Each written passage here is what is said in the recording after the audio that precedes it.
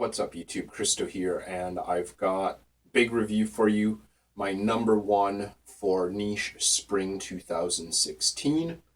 I'm even dressed up today. Kind of everything came together. I ended up dressing up for an occasion, and I thought this would do my number one pick some justice instead of just wearing a baseball cap and a t-shirt like I usually do. But there's nothing wrong with that, really. Today I'm going to be reviewing Frederic Malle's Carnal Flower. Now this perfume here, this and Oh Dear 71 are actually what inspired me to do this list and to do it in the fashion that I did. Because what happens when you do like a top 10 list or whatever, which is kind of why I'm moving away from doing them, is you end up just talking for 2 or 3 minutes about some of your favorite fragrances ever made. So I thought I would do each installment with a full-length review and just number them accordingly. So Carnal Flower right here, if you're not familiar with it, it is meant to be a kind of sexy or sexual interpretation of tuberose, which is a white floral, one of my favorite white floral notes ever. So the notes for this one, of course, you're going to get some white florals, tuberose. Other than that, I do get quite a lot of green coconut, which I really enjoy. It just brings back memories of when I lived in Indonesia, because you would get people on the streets everywhere in every city all the time selling green coconuts for sale. They just chop the top open and you stick a straw in and drink out the coconut water. And just, it reminds me so much of that. I do get supposedly the melon note. There is something kind of meaty and slightly sweet and fruity. And meaty is something I used to describe this a lot. You're going to hear me say it at least a few more times in the video. And then I also get kind of like a soft white musk base. And what really stands out for me with this fragrance is the fact that there's not really any heavy base notes in this. There's not really any amber. There's no heavy woods. There's just a light white musk, which keeps it kind of anchored so perfectly. Because often what happens when you don't have, at least in my experience, when you don't have really strong or heavy base notes, you don't usually get a fragrance that lasts long or stands up really well. But this one, like nothing I've ever smelled, and I'll get to that in a second. So what does this fragrance remind me of? Definitely, without a doubt, this makes me think of living, breathing tuberose flowers. Eugene is also a fan of this fragrance, and we were talking about it, and I said to him, it's like I can literally smell tuberose flowers growing out of my skin when I wear this. And he said to him, it smells like, the tuberose is so raw that it's like you can feel it breathing on your skin. And I love that description. So to me, what I kind of have in my head now when I smell this, being an old horror movie fan, it kind of reminds me of something like Day of the Triffids, but with less destruction and, tuberose instead of big alien plants. So basically what it reminds me of is literally just like a walking, breathing, growing tuberose growing out of my skin. It's almost like I have a patch of white florals just like growing out of my skin whenever I wear this. And I just find it amazing. And it really stands out to me in that sense because I've really never smelled anything that literally makes me think that I have flowers growing out of my skin. And especially for it to do that as long as and as well as this does.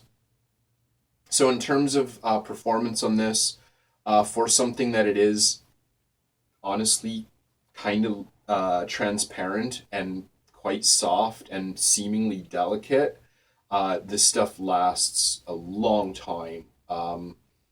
Easily 8 to 10 hours. I would probably go more than that. The thing is, I don't know, I'm really fussy about hygiene and I shower quite a lot every day. Not to the point of obsession, but I just can't wear this and have it last long enough on my skin without having a shower and washing it off. There are some things that will last through a shower, but I think because this is so light and floral that it does end up going. But yeah, no problem whatsoever with longevity. Projection is good. I don't find I can trace it around myself in a room. I can smell it on myself really clearly. But definitely it does have a bit of projection, which is nice. For season, yeah, spring. And I think occasion for this one is just kind of like anywhere, anytime, everything. And that's why I love this, and that's why I had to put it in my number one. And as much as I love Ogier 71, I find it to be kind of more of an atmosphere scent, whereas this one I think is something that you probably will get noticed for wearing, especially I think with a guy wearing it. I think people will notice, and a guy smelling like, and it's not even sweet either, which is another thing that I love about it. There's slight sweetness, but it's not like candy gourmand or anything like that. There's no heavy vanilla or tonka, which I can't stand. But yeah, I think that's great for this. Just anytime, anywhere, comfort scent. It's a nice, warm, clean scent. Or makes you kind of feel nice and warm and comfortable. You can wear it to bed. You can wear it to the office. You could wear it on a date. You could wear it to go to the pub. I think it fits everything. Day, night, formal, casual if you want to spend that much money on a casual scent, but just it covers all bases in my opinion. Gender for this one, I definitely have to say this does lean feminine. I like to play the fence, as you probably know, but definitely this is floral with kind of fruity elements to it. There's definitely going to be guys out there that say, no way, that's way too feminine for me. But if it is too feminine for you, then fair enough. But don't dismiss it just because it's Carnal Flower, because it's, kind of pushed more for women than for men. Still, it's an absolute must try, I think, if you're into florals even at all. I just can't stop smelling it. It's how much I love it. Okay, now I want to get into a little bit about presentation. Not really showing it, but just talking about it, because I actually had quite a few people. Well, I had several people, let's say, get in touch with me or comment about the different eras and stuff. I talked about the Estee Lauder era and the previous independent era. So my Carnal Flower sample that I had before is the same type of sample I had with my Une Rose review. Now these are really beautiful. I love the boxing, the packaging. There's even a little card in there, little foam insert, 3.5 mil, which is huge for like a high-end niche sample.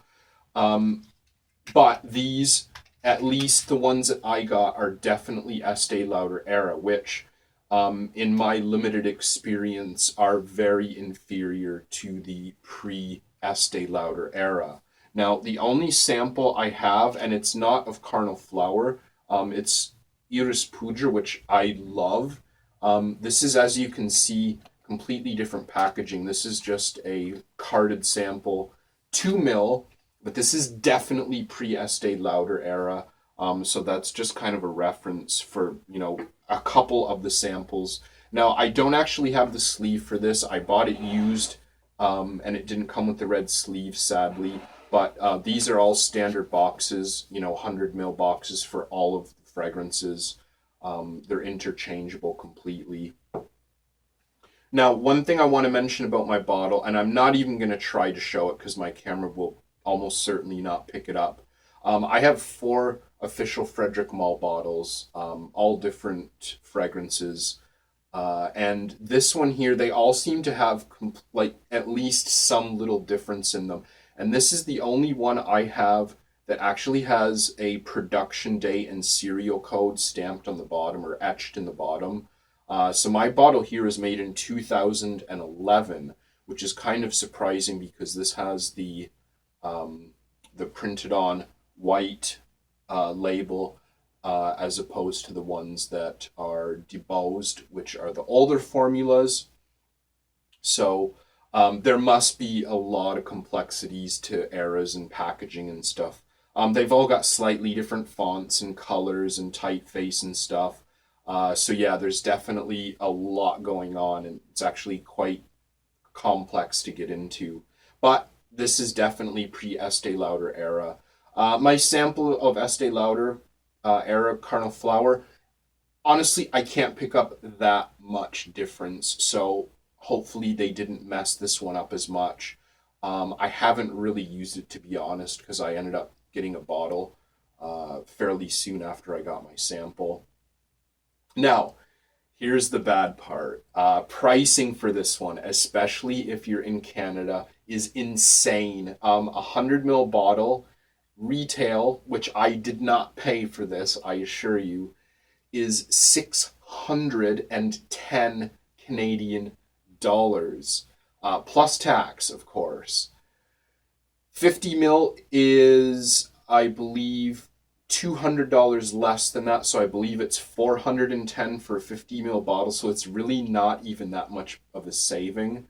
Now, this is the part that irritates me. In the United States, from the Frederic Malle website, the exact same 100 ml bottle works out to be 488 Canadian dollars. So they're charging me $120 extra after conversion, before tax, for the exact same bottle, which I do not like at all. I've seen some price differences in Canada where the fragrances are a little bit higher, but I've never seen anything that dramatic. Un Rose was pretty much the same, $120 difference. So if you're in the United States, this will run you, I believe it is $380 US for 100 mil, which works out to, I said, to about 490 Canadian. And then the 50 mil is, I believe, 210. So kind of the same price bracket. They just charge you $120 more for the exact same thing in Canada. Positives for this one. Well, honestly, I think this is the most amazing white floral I have ever smelled. I have really just never gotten the effect that this gives me, just like the living, breathing, meaty tuberose. It just feels like it's walking across my skin, like crawling over my skin. It's so amazing. It lasts a long time for such kind of a light, semi-transparent white floral that's quite fresh. I think it's amazingly versatile. I think it just reeks of class. Male or female, I think people will notice you wearing this just for how impeccably beautiful it smells. It's fairly accessible if you live in North America or Europe. Just might have to pay a premium here in Canada, though. But negatives for this, honestly, the only things I can say negative about this are nothing to do with at least the formula that I have here. The fragrance itself, as I smell it from this bottle, I would say is a 10 out of 10, like easily. It's masterpiece quality. I don't like to associate numbers with fragrance ratings. I'll maybe talk about that another time, but this is, to me, a perfect scent. The thing is, though, if you're not into white florals or florals in general, if you're a guy that doesn't feel secure smelling feminine, then this is probably going to be a big no-no for you. Even for women who tend to like white florals more, this might be a bit too heady, a bit too indolic for you. But definitely, without a doubt, there's nothing I can say to discredit the fragrance. Oh, not to mention the outrageous price. Even at retail, the US price is still a lot, especially, for newcomers to the world. This is definitely mid to high-end niche level for sure.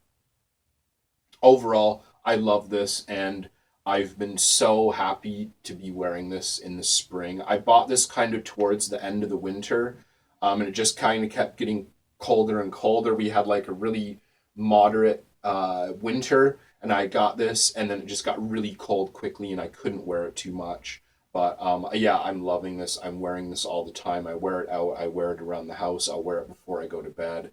Just, I can't get enough of it. I really love this.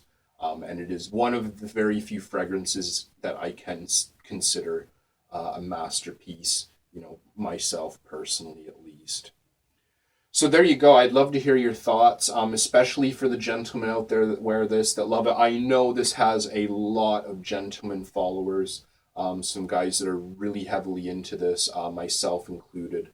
I absolutely love it. So let us know what you think of Carnal Flower. Let me know what you think of my list. Throw out your top 3, top 5 niche for spring for this year. Let us know.